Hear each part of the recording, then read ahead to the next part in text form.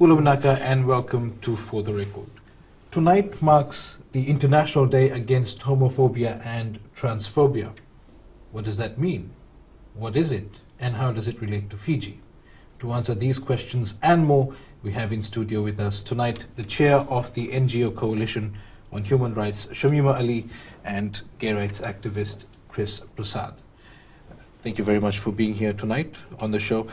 You might have noticed that our regular panelist, Joshua Tuere, wasn't able to make it, so we will have him back in our next show. Let's get into it.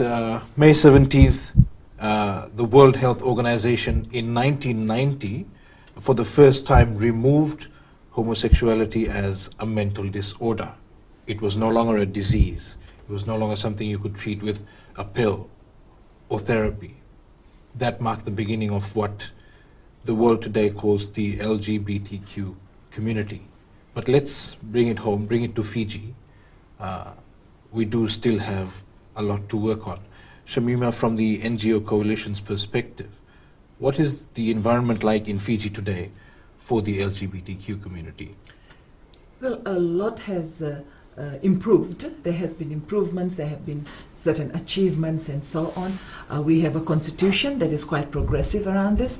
It doesn't just offer non-discrimination on the grounds of sexual orientation, but also addresses non-discrimination on gender identity, which is quite progressive. There are areas that, the Marriage Act and things that we might want to look at later on. But the fact is that we have all that.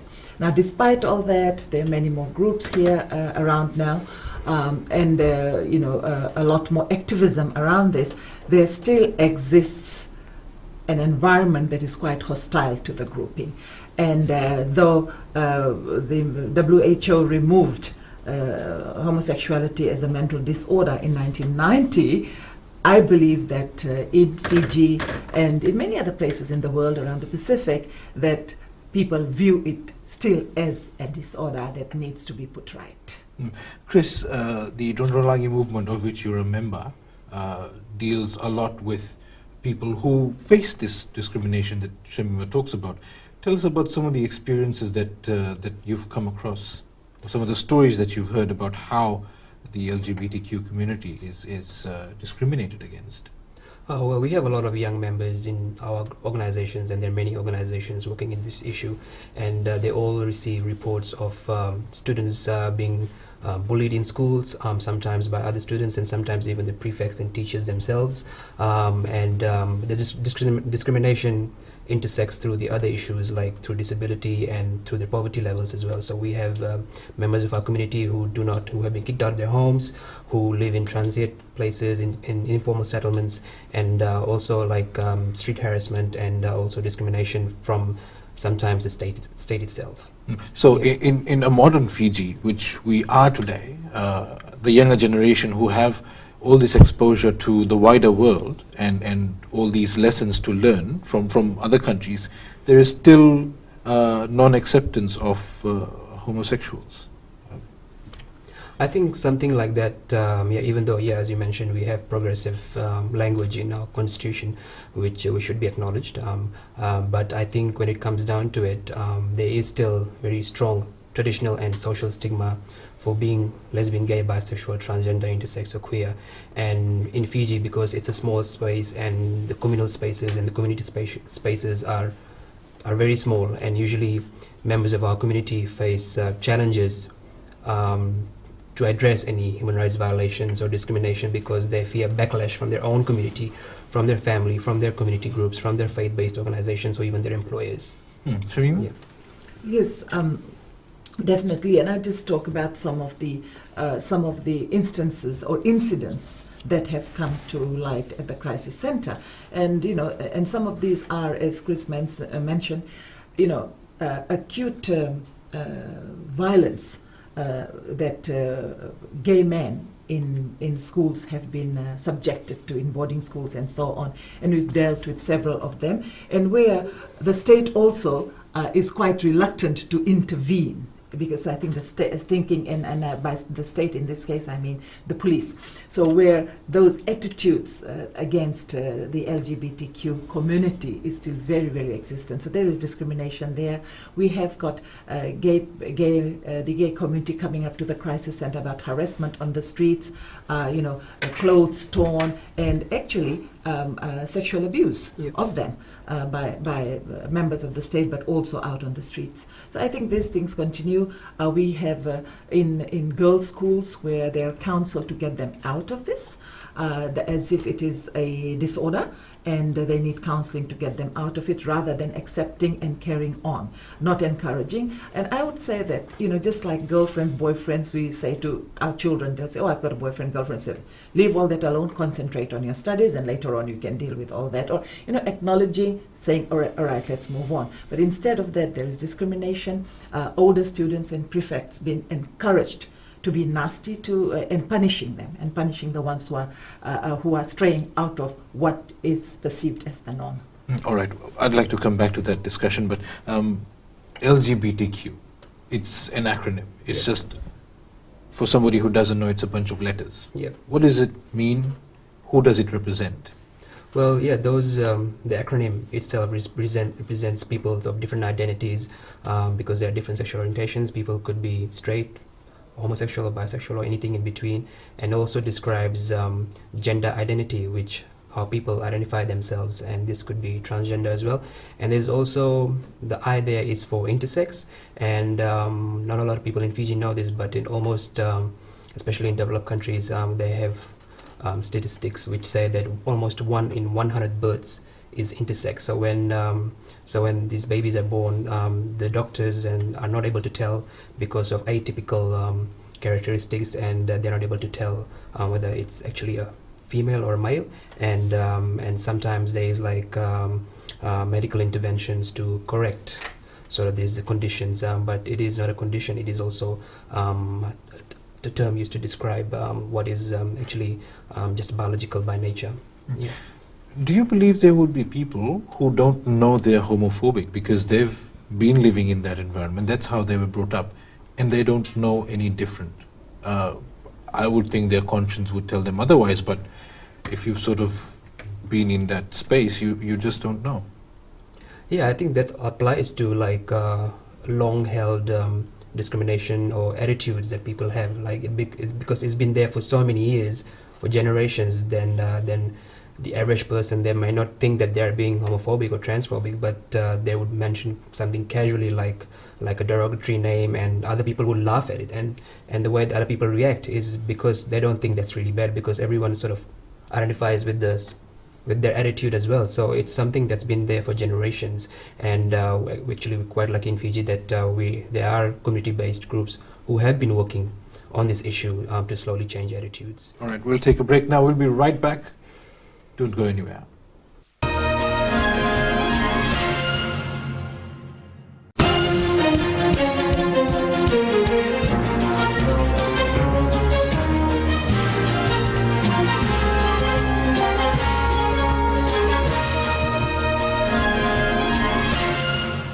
Welcome back. Tonight we're talking about the International Day Against Homophobia and Transphobia.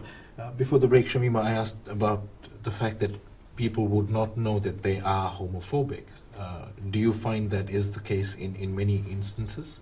I think I'll just add on to what Chris has said, because that I believe is very much the issue. But just some of the things that we do practically, there needs to be a lot more awareness, and we do that. We offer it as a session in our training, and we have someone from the LGBTQ community to come in and talk about their experiences. Someone, whoever is available, comes and talks. And I've done this when I used to do gender, human rights, and violence against women training with the military. I do it in local sessions with the rest of the community, civilian society, and also in our regional training. So people from around the region, and it's one of the most esteemed sessions, and in the evaluation they always said that they did not know.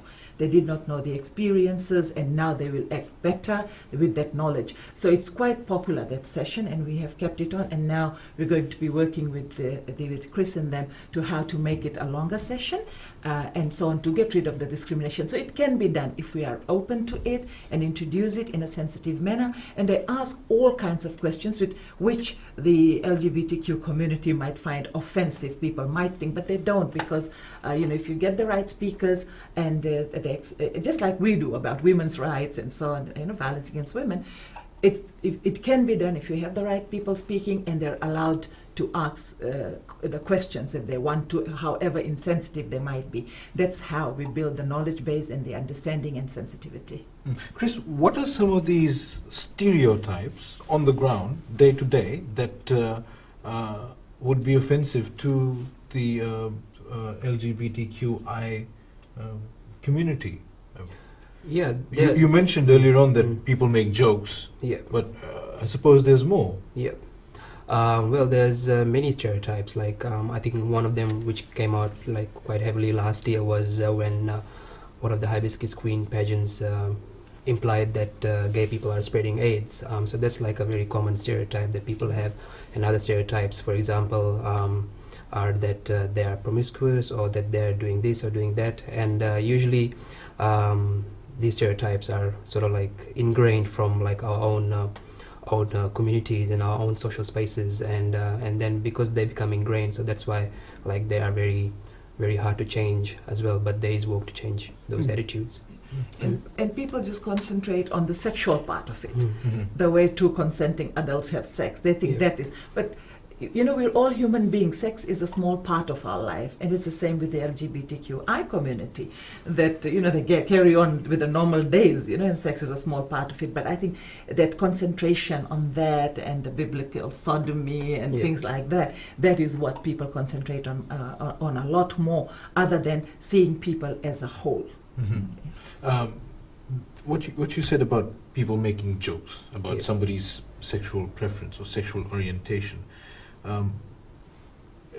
it struck me because I have been guilty of that, and even with somebody who is, let's say, gay, Yeah. I have made fun of them. Yes. Yeah.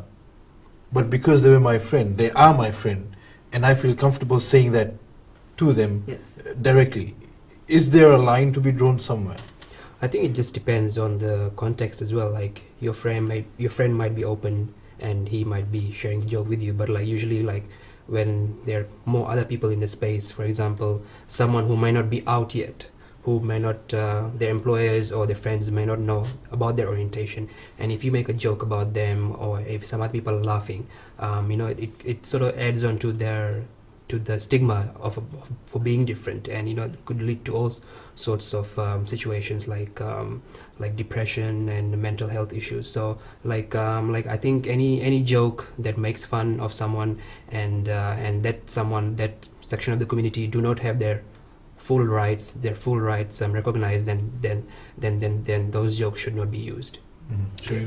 And just how when people don't conform to the norm, if a boy is a bit sensitive and cries and hangs out with women and listens to them, you say, "What you, boy or girl? You buffta," those kind of words we use in front of other people, and so that I believe is very offensive for us to use those words for them.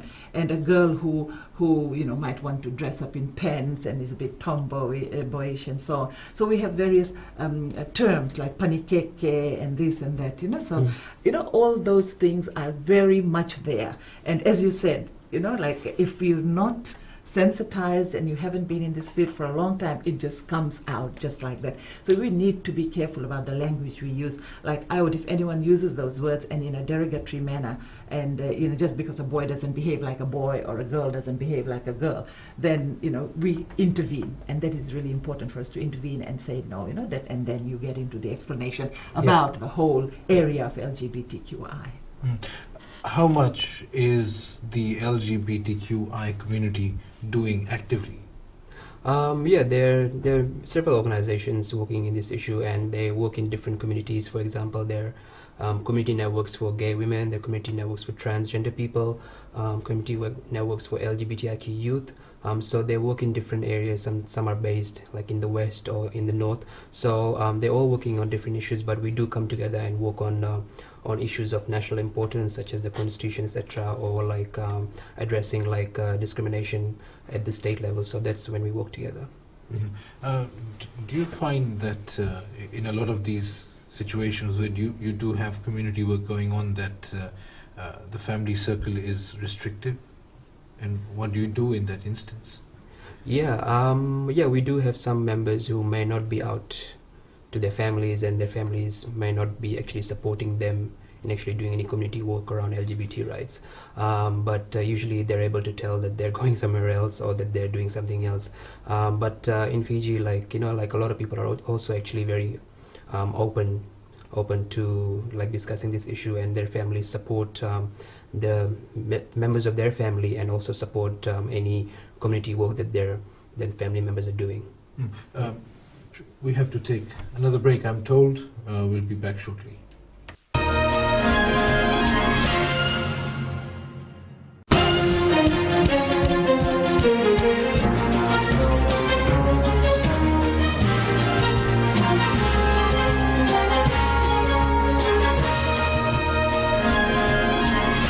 Good evening and welcome back. Shamima, we're talking about family acceptance and family support for homosexuals and transsexuals.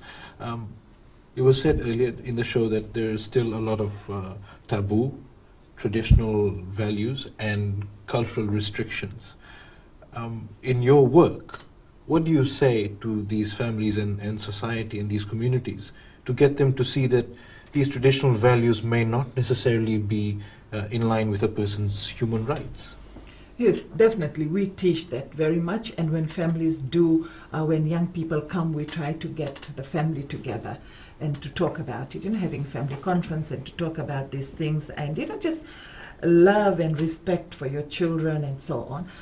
I think those things are very important. So we teach that quite a bit, and you can see people sort of giggling and sniggering and so on sometimes. But as you go on and you talk about rights and things like that, and I think enough of that is not done, even by the LGBTQI community. There is some work done, but I think just those inroads into the community, because people are understanding basically, they are like that, and even. I think it was last year that one of the churches had a candlelight vigil and a statement on international. Well, the Archbishop actually, I remember, said, it was reported in one of the papers, that the homosexual community is a creation of God and they need to be accepted and loved. So that is a huge change for the Catholic Church itself. And there are some families who are very proud of the work members of the LGBTQ community who are members of their family are doing, and they will talk about their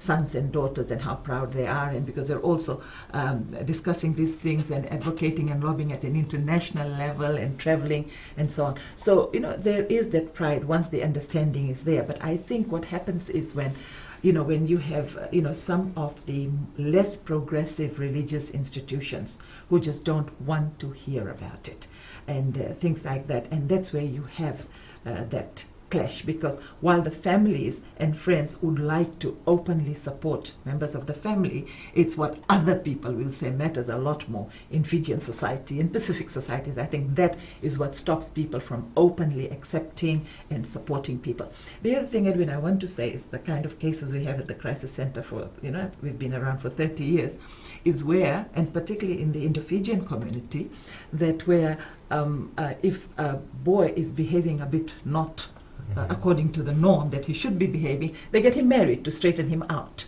Get him married and that'll straighten him out. But it doesn't. Actually, it is worse for him and as well as the woman he marries. You're destroying two lives. Yes, you're destroying two lives. And then often they have ended up in annulment of the marriage or a divorce and so on. Otherwise, or else the woman suffers a lot also because he's not interested and he himself can't come out. So both of them are suffering. So that's is one of the ways people deal with it, which can be quite destructive. That discussion actually brings me to my next question about the fact that when we talk about homosexuals, gay people, we think about men more than we do about women, lesbians. I think that has been the case internationally as well, because of our patriarchal society. So it's usually men. Usually men are the ones who are who are listened to, who always have the power in their communities, and but in Fiji, we have a lot of lesbian and bisexual women groups, and they are doing amazing work around the issue. And just adding on to, in terms of what you mentioned earlier, that LGBT rights is a very taboo topic. 30 years ago in Fiji, intimate partner violence and domestic violence was considered taboo. People would not intervene and people would refuse to talk about it. But thanks to the amazing work carried out by the Fiji Women's Crisis Center, the Fiji Women's Rights Movement, now it is a mainstream issue, not just a fringe issue, and people are saying that discrimination and violence is wrong. So if we're going to be working towards a Fiji where everyone's equal, whether they're women, whether they're from ethnic minorities or sexual minorities, it comes down to the question, who do we want to be included in Fiji? Who is considered a Fijian? We are making progress. I mean, reflectively, if you look back, say, 20, 30 years ago to where we are today, and to see that there is a space to talk about it, and that you are in the community, and Shamima, you're working on a national level, and even our constitution is evidence that we are making some inroads. Yes. Definitely we are, but it does need, as we were discussing earlier on, it does need implementation, resources to implement, but it also needs close monitoring. It shouldn't be just something on paper. It needs close monitoring of whether that is being carried out, whether there is discrimination, because there's a lot of discrimination also in employment issues, whether they're employed or they're not, and what levels would they be employed at. So all those things, I think, while we can have a great constitution saying all those things, we need to follow up on that. And it's not just up to civil society groups or NGO groups to be doing this work. The state needs to be taking more ownership, and other stakeholders like faith-based organizations and educational institutions, and even the Fiji Human Rights Commission and Anti-Discrimination Commission should also be working on this issue, because this is an issue for everyone. So, since you brought it up, we've only just had the appointment of the commissioners to the Fiji Human Rights and Anti-Discrimination Commission. Do you expect that you might be meeting with them, lobbying for something, or what is the first discussion you think you might have with regards to the LGBTQI community? I'm sorry I have to keep referring to the paper, because I have to admit I myself am not very well versed with all of this. I think that we'll just see how the Human Rights Commission positions itself. What does it do in the next few days? But definitely for all the groups, and including the LGBTQI group, that is a starting point. That the fact that it has been established, the commissioners have been appointed, a great step ahead. Of course, we have to make it Paris principles compliant and so on, and look at the human rights decree and so on. But that doesn't stop, I think, of any lobby group, advocacy group to approaching and having. We just haven't had that conversation as yet. But definitely, when the Human Rights Commission was there, I was one of the commissioners. There was very open discussion about this, and they were part of the NGO community that we were meeting, the LGBTQI, and we were very, very inclusive at that time. So that's what we look at any Human Rights Commission and Anti-Discrimination Commission to do. Chris, do you expect that the first thing you might want to do is take a few cases up to the Commission and tell them, look, this is wrong, you need to set it right? Yeah, because it has been sort of defunct for a while, so we're looking forward to working with the Commission, and especially with members of our community who wish to take up complaints and seek justice. And it would have been nice, actually, if it was also representative of the LGBTQI community. You have, that kind of representation would have been a great plus to show, government's commitment to addressing the issue. Well, I'm sure they're cognizant of, because it is called the Anti-Discrimination Commission as well, so falls within their ambit. Yes. Future discussion, maybe. Yes. We'll take a short break and we'll be right back.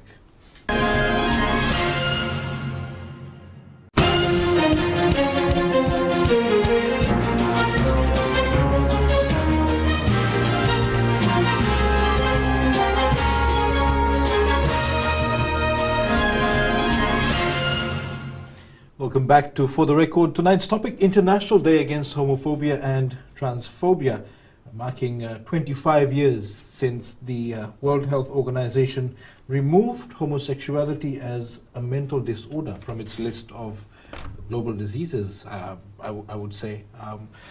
We've been talking about how we've made inroads, but there are still challenges. Earlier on, at the beginning of the show, you were talking about the discrimination and violence that students face, being beaten up by peers, prefects, school turning their back on this. We had one incident where the Ministry of Education had to come out and say that it's not in line with the Constitution or our policy. This is to do with a prominent boarding school.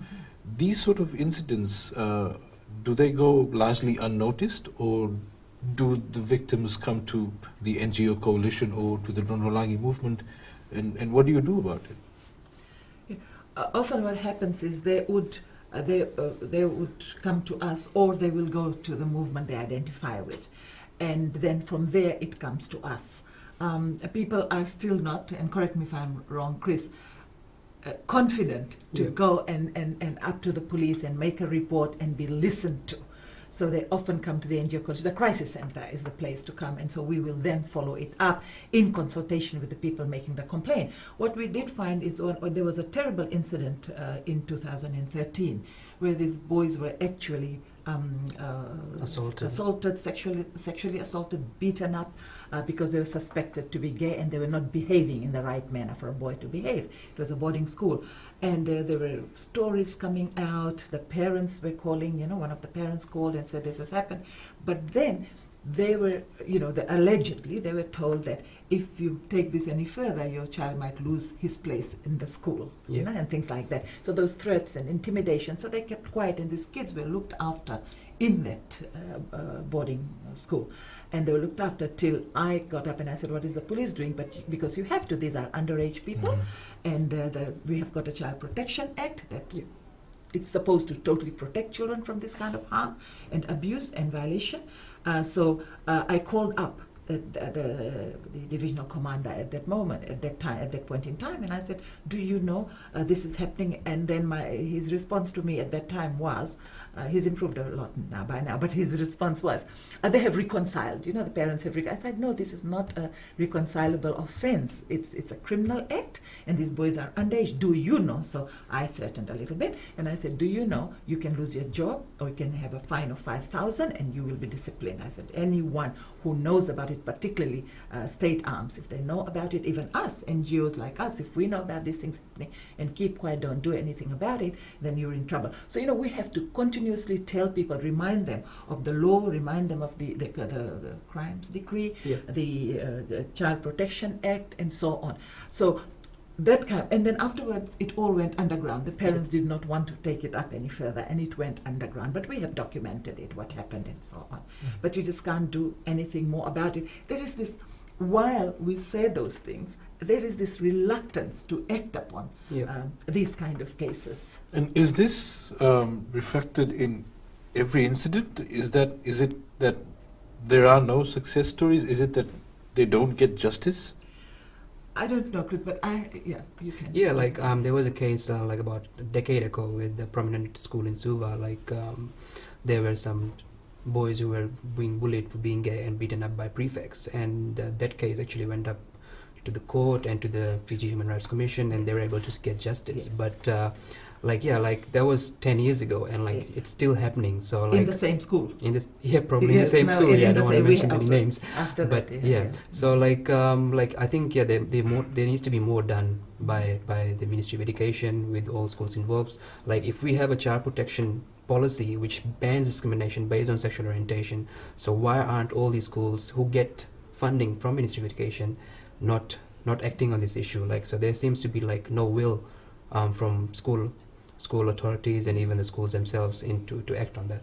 Well, I mean, from what you're saying, these schools, the school board, the principals are contravening the 2013 Constitution itself, the supreme law of the land. Yes, definitely. And I believe also the teachers need to know what the Child Protection Act is, Yeah. that it protects every child, Hmm. regardless. Every child is protected. I think there is a lack of knowledge around that, but also on issues like this, how we have this thing about children are to be heard and seen, and people take it as their role to keep them on the straight and narrow. And no deviation. We don't like children who are different Yeah. growing up. You all have to think alike, you all have to study alike, you have to all act alike, have the same orientation and so on. And I think those kind of things in our teacher training, Yep. institutions, those things should be taught. It should be a lot more, wider, Yep. reflective of a wider experience, than rather than just the educational. And I think that's where we miss out. We have school counselors, and I'm just wondering whether there is a section where they talk about these issues and how to deal with these issues. If we did all that and there was more awareness, and the state actually took these things very seriously. It's beginning to, but it just needs to, as I said before, it needs to be monitored and put into practice. When it's your friends, your classmates, your peers, people who you may have been studying with from class 1 right up into high school, suddenly turn around and start beating you up and treating you differently, apart from it being discriminatory and illegal, it must have psychological effects on these people. I'm saying people because it's not just boys. Yep. I'm sure it must be happening to girls too. Yes. Yep.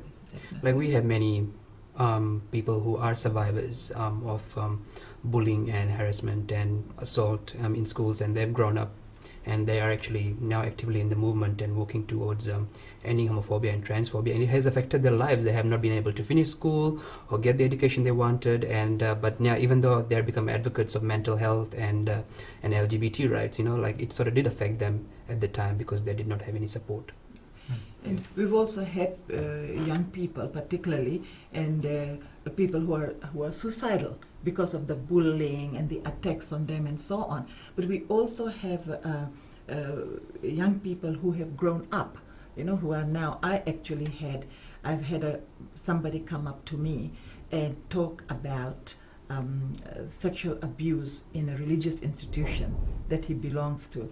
And just very quickly, that experience was just like quite shocking for me, and how that religious institution, some of the leaders have reacted to him. And he actually said to me that there are many others who are now in their 50s and 60s who don't, who don't want to come out because of what had happened to them, and the bullying, and then, but they themselves were sexually abused, Yeah. and yet Mm. they were condemned for being gay and so on. Yeah. We'll take a break. We'll be right back.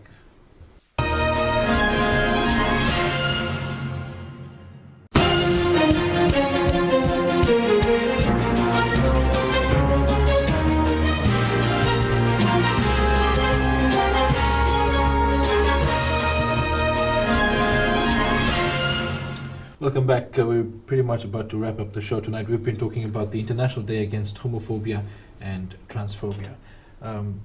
Chris, correct me if I'm wrong, or please do tell me if I'm crossing the line, but you yourself are gay. Yeah. You're not just an activist, but Yeah. you are openly homosexual. Yeah. That must have been difficult for you to come out, to tell your parents, your friends, and tonight tell Fiji that you are a homosexual. Yeah, I think I'm finally out of the closet now. Like I went to a very conservative school, and it was run by a faith-based organization, and because back then it was a very, very sensitive issue, and there was zero discussions on LGBT rights, so even sex itself, or any sexuality. So because I grew up in a small community in Nassori as well, outside on the rural Nassori, and because I knew that I was different, and then I had no one to talk to, and there was no support services that were accessible to me at the time, and I fell into depression, and so that took many years of therapy, and thankfully I had support from my family. Not everyone is lucky as I was, but I had support from my family, and I was able to come out of depression and become an activist. Yeah.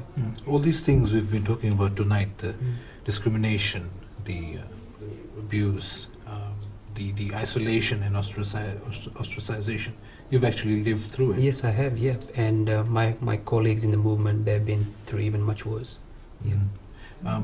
Shamima, why don't we have more people like Chris?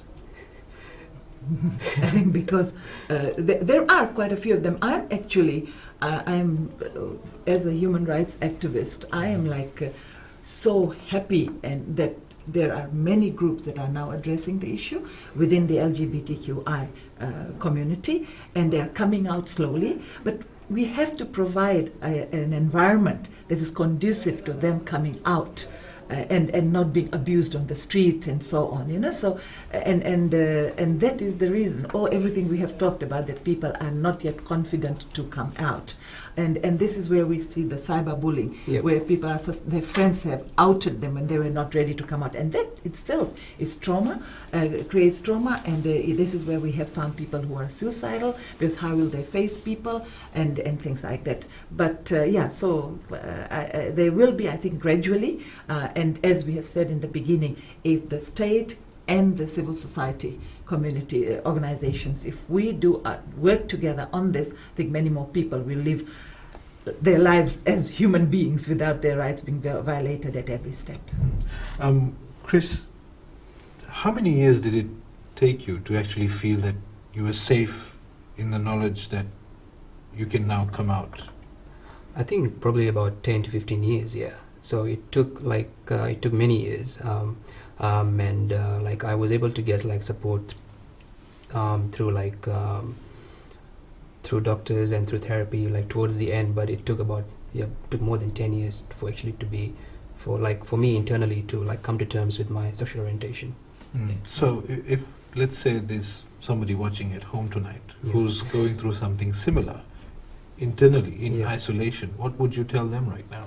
Well, I like to tell them that you are not alone, that there are people out there who are willing to provide the support to you once you're ready, and that you have all your human rights. It's just that there's like discrimination and bullying happening, and it's like up to you to like hang in there and seek out the support that you need, and there is support, and once you're ready, we'll welcome you with open arms. Yeah. And I would also say people should call the crisis center if they Yeah. don't have a number, Mm. and 333-300, and we'll do the appropriate referral to people, because otherwise you can get hurt quite badly Yeah. if you are referred to people who actually can say, let's pray and get the devil out of you kind Yeah, of thing. yeah. Yeah, It's so- happened. I mean, they do voodoo, black magic. Yeah. Yes, Yeah. yes, yes, yes. Mhm. We're not just talking about Yeah.